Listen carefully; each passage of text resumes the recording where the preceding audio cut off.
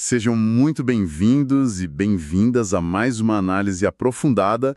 E hoje a gente está com uma energia lá em cima porque, olha, o tema é gigante. É daquelas perguntas que tiram o sono de qualquer um, né? Exato.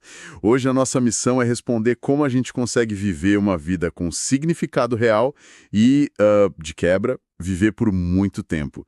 E para quem nos ouve não achar que a gente vai ficar só na teoria, a gente trouxe uma pilha de fontes incríveis. Sim, temos materiais muito complementares. Pois é.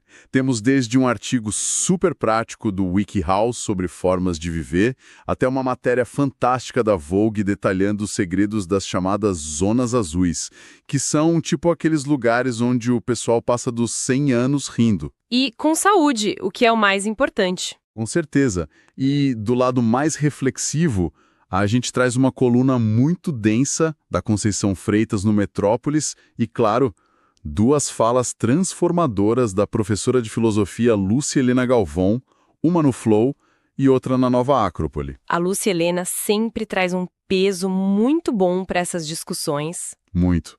E a nossa missão aqui, para quem acompanha a gente, pensando naquele perfil de quem está sempre querendo aprender mais, é extrair a sabedoria filosófica e os hábitos práticos dessas fontes. Tudo isso para que qualquer pessoa possa aplicar, sabe, sem sentir que é uma tarefa impossível. Porque a filosofia tem que servir para segunda-feira de manhã, né? Senão não faz sentido. Falou tudo. E, para dar o pontapé inicial, o texto do Metrópolis cita o filme Beleza Americana.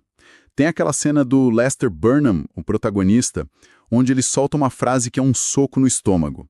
Ele fala que parece que esteve em coma por 20 anos e só agora está acordando. Nossa, essa imagem do coma é muito forte. É brutal, porque clinicamente o cara estava vivo, né? Coração batendo, indo trabalhar, mas existencialmente a luz estava apagada. Certo, vamos desempacotar isso. Qual é a diferença crucial que a gente tem que entender aqui entre simplesmente existir e de fato viver?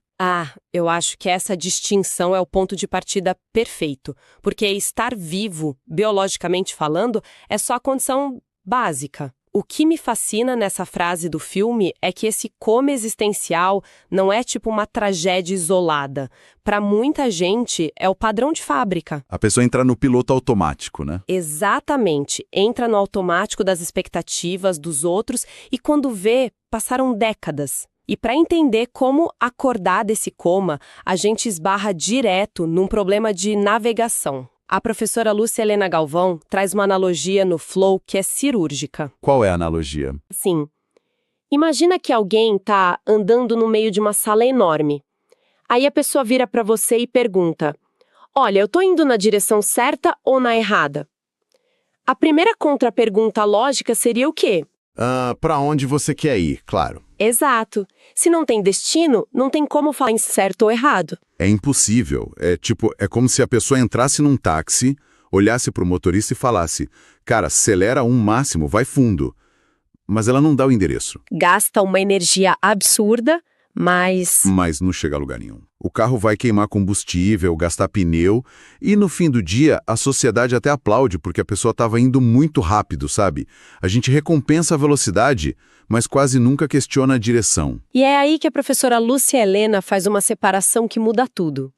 Ela diferencia duas coisas que a gente costuma tratar como iguais: projetos e propósito. E a diferença é bem grande, né? Muito. Um projeto é finito, é externo. Tipo, quero trocar de carro, quero viajar para Paris, quero comprar uma casa. E o problema do projeto é que ele acaba. Isso. Quando a pessoa passa 5 anos focada em comprar o apartamento, e aí pega a chave e tem aquele pico de dopamina, mas na outra semana a parede branca já virou paisagem. E aí vem aquele vazio, tipo, tá, pelo que eu acordo amanhã. Gera um tédio ou até depressão. Porque o propósito é sobre ser e não sobre ter. É inesgotável. Se o seu propósito é ser mais compassivo ou buscar a justiça, não tem uma linha de chegada.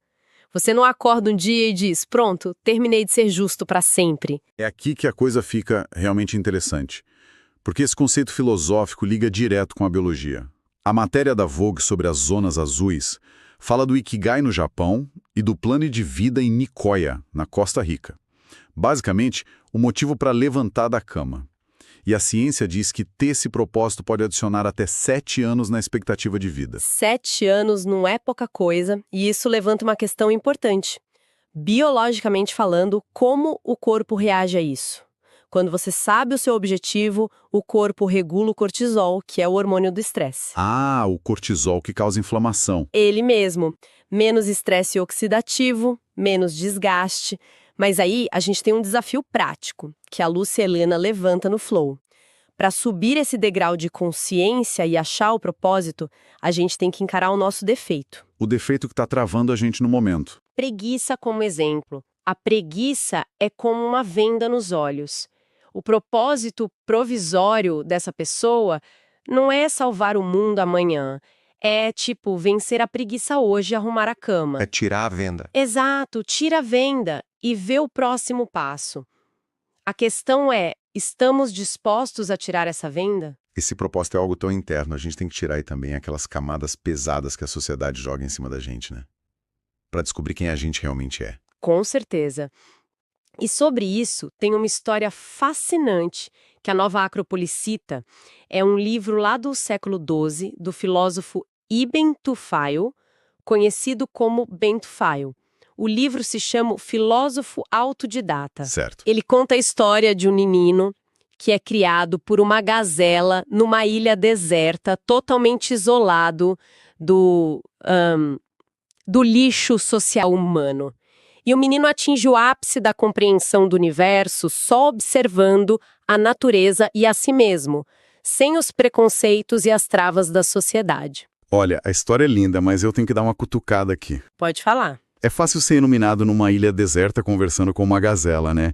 O difícil é aplicar isso num mundo moderno, cheio de boleto, pressão de rede social, trânsito. Totalmente. Na ilha moleza. Pois é. E o Metrópolis traz um exemplo perfeito para essa tensão.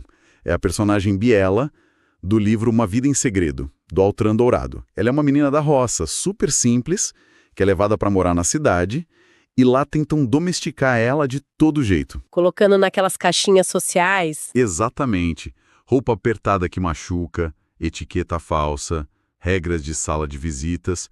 E a Biela recusa tudo isso. Ela aceita pagar o preço de não se encaixar, de ser vista como esquisita, só para poder viver a própria verdade e tirar aquele sapato que espreme o pé. É de uma coragem absurda, né? E se a gente pegar essa ideia de autenticidade da Biela e traduzir para o mundo real, o artigo do WikiHow tem umas dicas muito práticas. Tipo o quê? Tipo, mapear a própria energia. Você precisa conhecer si mesmo para saber se sua energia é matutina ou noturna, se você recarrega as baterias ficando sozinho, sendo introvertido, ou se precisa estar rodeado de gente, sendo extrovertido. Entender o próprio manual de instruções. Exato. Se você é introvertido e tenta viver num ritmo frenético de festas só para agradar os outros, você está usando o sapato apertado da Biela. Vai te machucar. Nossa, e viver de verdade é alinhar até os micro-hábitos com os nossos valores. Por exemplo, se a pessoa diz que o meio ambiente é um valor central para ela, ela vai reciclar o lixo ou tentar andar mais de bicicleta. Não fica só no discurso? Isso. Se ela valoriza o altruísmo, de repente ela paga um café para alguém na fila. É a filosofia do ser que desce para a prática do fazer. E o que é fascinante aqui é que alinhar a mente e os hábitos afeta fisicamente a nossa longevidade. Tem uma pesquisa com gêmeos na Dinamarca que a Vogue citou, que chocou muita gente. O que eles descobriram? Que a genética determina só 20% da nossa expectativa de vida. Só 20? Só 20%. Os 80% restantes são estilo de vida. E tem mais a solidão nas grandes cidades modernas, como Berlim, e lá nos Estados Unidos, já é tratada como uma epidemia pior que o sedentarismo. É o isolamento emocional matando a gente aos poucos. E como antídoto a isso, as zonas azuis dão uma aula, né? Os hábitos dos centenários são muito simples. Sim, eles não inventam moda. Não tem biohacking complexo.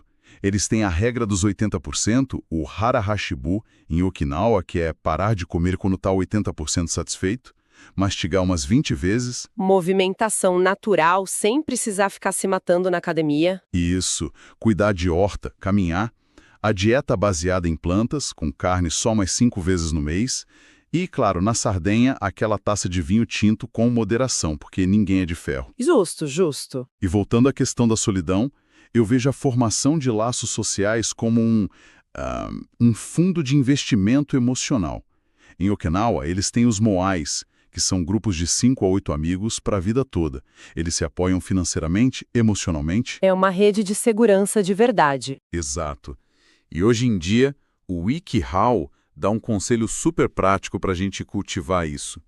Botar o celular em outro cômodo e dar atenção total por pelo menos 15 minutos para o parceiro ou para um amigo antes de ligar a TV. 15 minutos de presença absoluta. Sem dividir a atenção com a tela. Isso muda tudo. E a nova Acrópolis, citando Platão, costura isso muito bem. Platão dizia que o amor de verdade deixa de ser aquela pergunta para que isso me serve e passa a ser como eu posso servir a isso. É mudar o foco de si mesmo para o outro. Exatamente. Esse é o segredo de pertencer a uma comunidade. É isso que pode te dar de 4 a 14 anos a mais de vida. As relações precisam de reciprocidade, de dar e receber com equilíbrio. Mas aí a gente chega numa encruzilhada. Porque viver com propósito, cheio de amigos, comendo bem, é excelente no papel. Só que a vida real traz doenças, luto, estresse, calor. Como a gente mantém o sentido quando as condições em volta são hostis? É o teste de fogo. Nas zonas azuis, a matéria da Vogue mostra que eles não fogem das dificuldades, mas eles têm rituais para reduzir esse estresse diário, né? Tipo os cochilos da tarde em Icária ou aquele tempo para reverenciar os ancestrais. E aprofundando isso com o conceito da professora Lúcia Helena, o sentido da vida é simplesmente revelar o espírito que está dentro de você. Quando você desobstruir o canal da vida, você expressa sua beleza no mundo. Como um pássaro que canta de manhã. O pássaro canta só porque ele é o canto. Isso. E ela conta uma história para ilustrar isso que é de arrepiar. A história de um cravo lá em Belém do Pará. Eita, Belém é quente demais para um cravo. Pois é. Ela ganhou um cravo e colocou num vaso em cima da mesa. O calor ali é brutal, sufocante. Era para a flor murchar muito rápido. Mas o cravo resistiu por dias. E ela ficou olhando para aquela flor, lutando contra aquele clima todo. Nossa! E ela teve uma percepção linda. Ela sentiu que ela e o cravo eram a mesma coisa.